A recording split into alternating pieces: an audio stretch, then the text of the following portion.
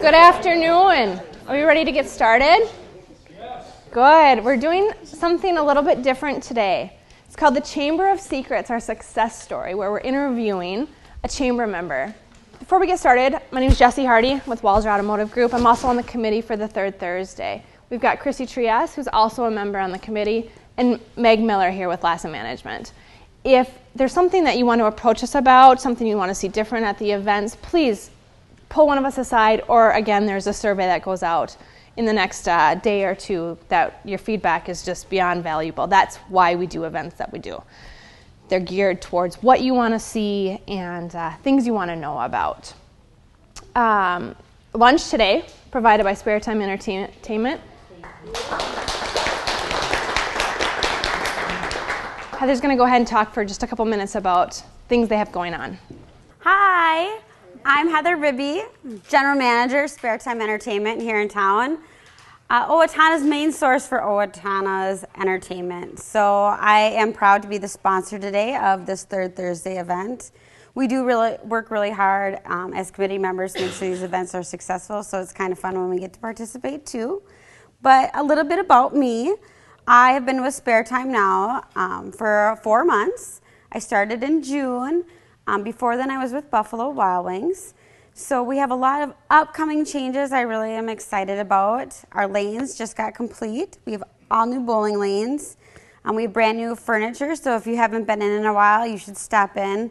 Instead of those crazy chairs that you have to kind of roll out of in order to bowl, we have nice couches that are on all the lanes now and special tables. Eventually, we'll have new carpeting and new flooring in there as well. We are really excited this month. Laser tag is supposed to get started. So hopefully, if everything goes well with the city of Owatonna, we will start our construction on the laser tag arena. And as soon as laser tag is done, we are going to start remodeling our arcade area, make it more family friendly. We're going to spend some time putting our own games in. And then we're going to update all of our meeting rooms, which is great for all of you in the community that need a place to go to have food or just have a meeting. Instead of having one big room, we will eventually have 3 rooms. So if we have the smaller groups, you can still come and have a meeting, and we can have more than one meeting going on. So that's excited. Another big thing for us right now is the holidays are coming this way. It's probably on the forefront of all of our minds, who we have to market to, what we have to do to get ready. Thanksgiving is around the corner. We haven't even had Halloween yet. Christmas stuff is in the stores. But we cater off-site, on the property, whether it be the spur-of-a-moment event or it's something that you need to plan out. I can help you with that. I've got a great chef. He's the one that made the homemade soup today and the sandwiches for you to enjoy. Great space, great location. Even though I have construction going on, I am always happy to pipe and drape areas off. If your group is a little bit bigger and you want to have your event at Spare Time, we can throw packages together that include bowling and food. We can just do food for you. It's also that season for live entertainment. So if you're not interested in bowling per se, but you have a group of friends that wants to come out, we have Smoke Screen coming up here on November 22nd. I have the fabulous Love Handles in December 19th. So a couple of great bands coming up, great food, and always great time with bowling. And there's kids stuff to do too. So if you have any questions, I'm Heather, Spare Time Entertainment. I'd love to help you plan your party, get ready for graduation, or just stick with the holidays. But you can find me at Spare Time Entertainment. Thank you.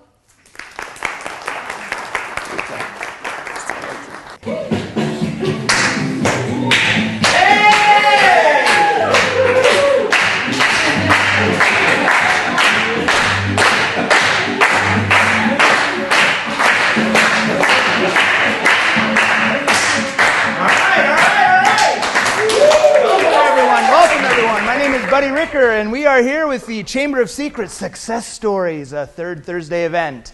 And today we've got an exciting show for you. We have an author, our distinguished author, Amy Chambers, is going to talk about There's No I in Teamwork. Her little manual here that's going to walk through that. So she's going to tell us a little bit about, There's No I in Networking. She's going to tell us a little bit about networking and what she does, and afterwards there'll be a question and answer session for you guys. So let's hear it for our guest and your star, Amy Chambers. Ladies and gentlemen, Amy Chambers.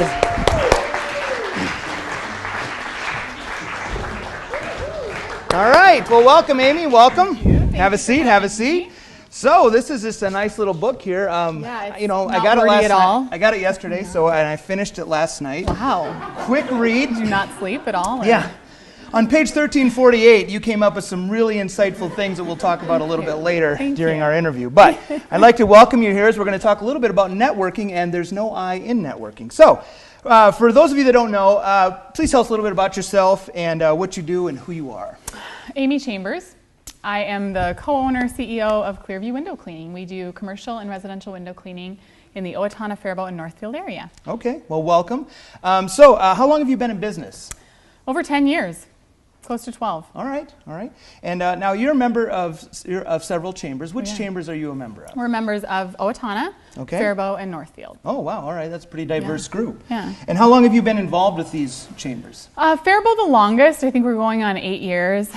Then we joined Owatonna, and then we joined Northfield. Okay, now are you a member of these chambers just because your last name is Chambers? Sort of a given. Did your husband kind of insist on that? It's true, yes, that is why. Okay, yeah. Okay. And now why did you start networking? That's why we're here. Why did you start networking? You know, I started networking because like most people who start their own business, you have a lot of time and not a lot of money. So that's why I started networking. I said, how can we grow our business at the fastest pace possible without spending a lot of money? And networking was definitely the answer. All right. So tell us your story of networking. You know, how did you, I mean, it's obviously a process for you, and that's why we're here, but what's your story? I wanted to be effective. I knew that I had to go to these events, and I wanted to be effective. I didn't want to just attend the event and not walk away with something, but I didn't want to be one of those creepy salespeople who just creeps everybody out. You know who you are. I had to have a plan. So my plan was really just to meet someone new at every event. Okay. Try not to talk to the same people, learn a lot about their businesses, and we weren't local. We moved here from Colorado, and so that was another challenge that we faced is people are we're loyal to those that we grew up with, that live and work in our communities, which I appreciate. But I sort of had to break that barrier since we weren't from the community. Okay. Now, how did you know that it was working? Cha-ching. Okay. So when you get paid and when you get the calls, you know that it's working. You know, oh, you know what? This is a contact from here. And it was constantly, when you co-own a business with your mate, it's sometimes a challenge because you see the vision or that something's working and maybe they don't. And so I was constantly having to say to Chad, I'm going to these things and I promise it's working. And so I had to prove to him that when we would get the jobs, I would say, this job is from this job is from this. Okay. And so that I really did have to sort of fight for it for him to see that it was working. All right, and how did you determine what was most effective in what you were doing from a networking standpoint? Well, I mean, I ask every customer that ever calls. I ask them, how did you hear about us? Okay. So, I mean, I could say there's probably a handful of people that I don't ask that question to. So that I track it. I track everything. Okay, and how do you track it then? Are we being tracked now? Hello? Yes, we are. I write it all down. I write it down in our customer lists and our customer files. I keep notes of how they heard about us, and then also, if they referred us, who referred them, what event we met at. I try to keep track of everything. Is there any other information that you keep track of with these guys, or? Yeah, I try to. When I meet someone, I try to make notes. Maybe if there's not like a picture on their business card, I'll take their business card home and put it in I have a spiral notebook. Okay. That I'll put for each community. Is that an app on your phone? I'm not familiar with this technology. I know, with this paper stuff. Yes.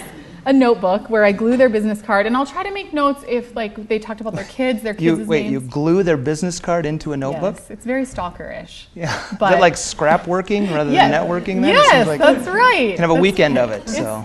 It works really well though, because sometimes, I'll see somebody at an event and I'm like, I think I've met them before, and then I can kind of reference that, or if they call, I'll have notes on, maybe they talked about their kids or their dogs, and that's really important to people to kind of remember those little details.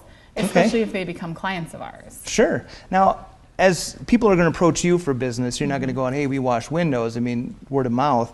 How do you apply that knowledge, the personal stuff with their kids and stuff? How and when do you apply that? Well, hopefully they call us. Same thing. It's not like we're going to be calling them. Sure. But hopefully they call us, and when they do, then I kind of remember simple things. Like, people will always talk to me about their windows. Oh, I have these terrible windows. They're storms. I try, and they're like, oh, you remember me telling you about that? I cannot believe you remember that. or where they live. Okay. I'll try to reference where they live, or even just, like I said, personal details, kids, dogs, stuff like that. And then when we show up at their house, and I remember those details, it's like they're really surprised and they appreciate that. That's good. So a lot of legwork for that. Okay. Now, what percentage of your business comes from networking rather than referral? I know you said referrals was a big part, but referrals is a huge source of business for us. But I'd say it's half and half. It's probably 50-50. Okay. All right. And now for our studio audience here, what would you suggest to someone who's new to networking or just going in and just sitting on the wall and not comfortable in those situations? So the new networker, what would you suggest? I would say, definitely just show up, first of all. It's kind of nerve-wracking if you're new.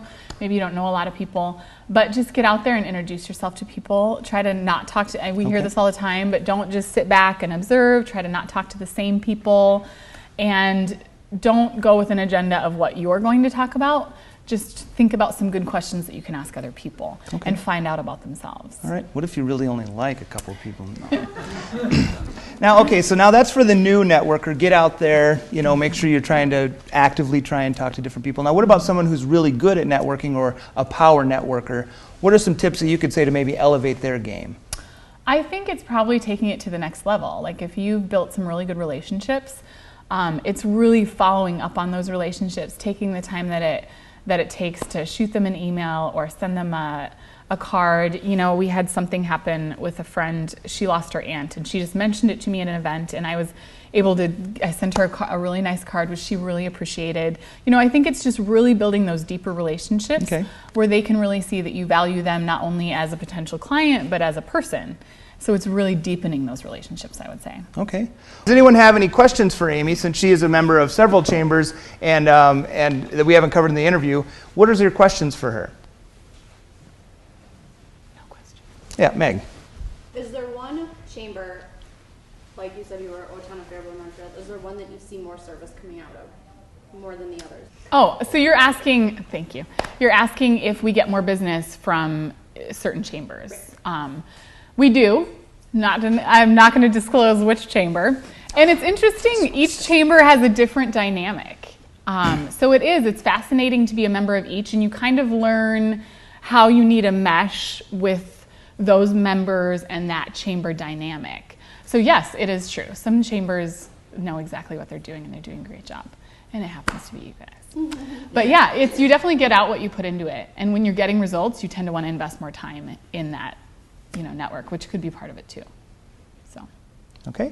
Any other questions? What other questions do we have? Is that how you decided which chambers you were going to be a part of? No. So how did I decide which chambers to be a part of? Really, we did that because of where we service. Sort of. We were a member of Faribault. We're getting really good results. And I heard great things about Owatonna and thought, of course, why wouldn't we? And then we basically joined Northfield because we work in that community as well. So yeah, really it was just the areas that we serviced was the no-brainer. Okay, I saw a question there. I was curious, what kind of crew do you have? Do you wash windows too? I don't. Sometimes I do. It depends on if we're shorthanded. But yeah, we have 6 full-time employees. So starting from, years ago when it was just Chad and myself, now we have a really thriving business, so that's exciting. Okay. Well, I'd like to thank you for your time here, Amy. I appreciate it. And those of you that don't know, there's no I in networking by Amy Chambers. Let's give her a hand here. Thank you. Thank you.